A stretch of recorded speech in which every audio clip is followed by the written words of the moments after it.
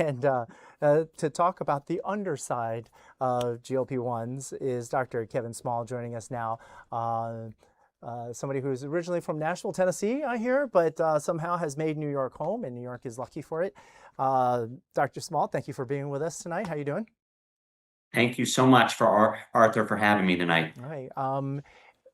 Is there about when did you notice that you started having a lot? I mean, obviously, you're a plastic surgeon, if we hadn't mentioned that already, but about how long ago did you start noticing patients coming in specifically after looking for procedures after taking GLP-1s?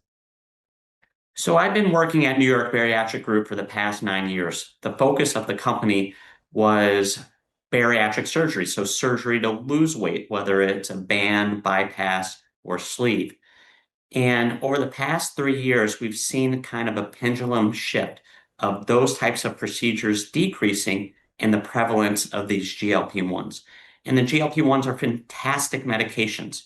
We are seeing improvement in diabetes, but not only that, decrease in weight, improvement in high blood pressure, improvement in cholesterol. So a lot of patients are choosing to have these medications instead of that surgical procedure. And my focus is body contouring after weight loss. So whether they've lost weight from a bariatric procedure or from these medications, they still have this unwanted skin. And the goal is to improve that unwanted skin so they feel better about their changes. When we talk about previous to GLP-1s, are we talking about what was commonly referred to like as stomach stapling and some of the other methods that were out there to try to reduce weight?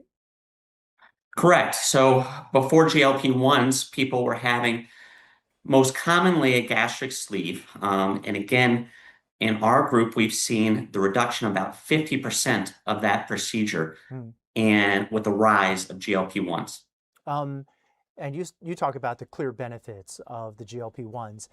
Have you also, just to balance this out, have you noticed anything on the negative side, even if it doesn't, rise to the level of offsetting, being able to reduce some of these things like high cholesterol and the things that you mentioned that it does do?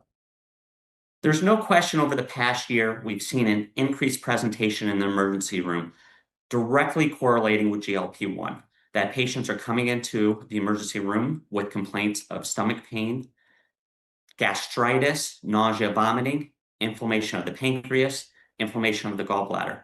So we're telling all patients to get pre-screened before they start these medications. They should go see their general practitioner, have routine blood work to make sure that they don't have any underlying conditions that may have one of these GLP-1s kind of tip them over. All right, and Dr. Small, so I forgive if I'm blunt because I don't have the medical terminology. So when somebody comes in and they've lost a lot of weight, is it just that they've got a lot of skin and you have to look at how to remove that skin?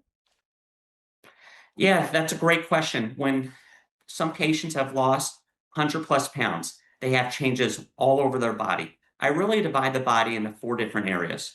Facial aesthetics is one, breasts and arms is another area, circumferential waist is one area, as well as inner thigh. It takes a year to contour the body, and we separate those procedures about every 3 to 4 months. Does insurance currently cover something like that? So that's a very important topic to discuss because insurance can help out with these procedures. Because of the unwanted skin, it limits functionality. It can be prone to rashes or irritation. Patients have tried a compression garment or hernia belt and still having these limitations. So it's important to see your provider. They can take pictures, document these issues, and have insurance help out with these procedures. And in the age of recycling, I have to ask, with all the skin that you're removing or whatever, does it just go in a biohazard disposal, or can people who are in like burn wards or whatever benefit from there being something extra in the equation here? Right. Most of this skin is too stretched out to be good for harvested for skin donation. For Okay. those patients that have unwanted skin and want to donate their skin, it has to be done at a specific center that's dedicated towards harvesting that skin. All right, those are all my questions for you, Dr. Kevin Small. Thank you for this enlightening discussion that we were not expecting on having on a Sunday night here on Newsroom Live, but those are the twists and turns of life. Thank you very much for your time, sir. No,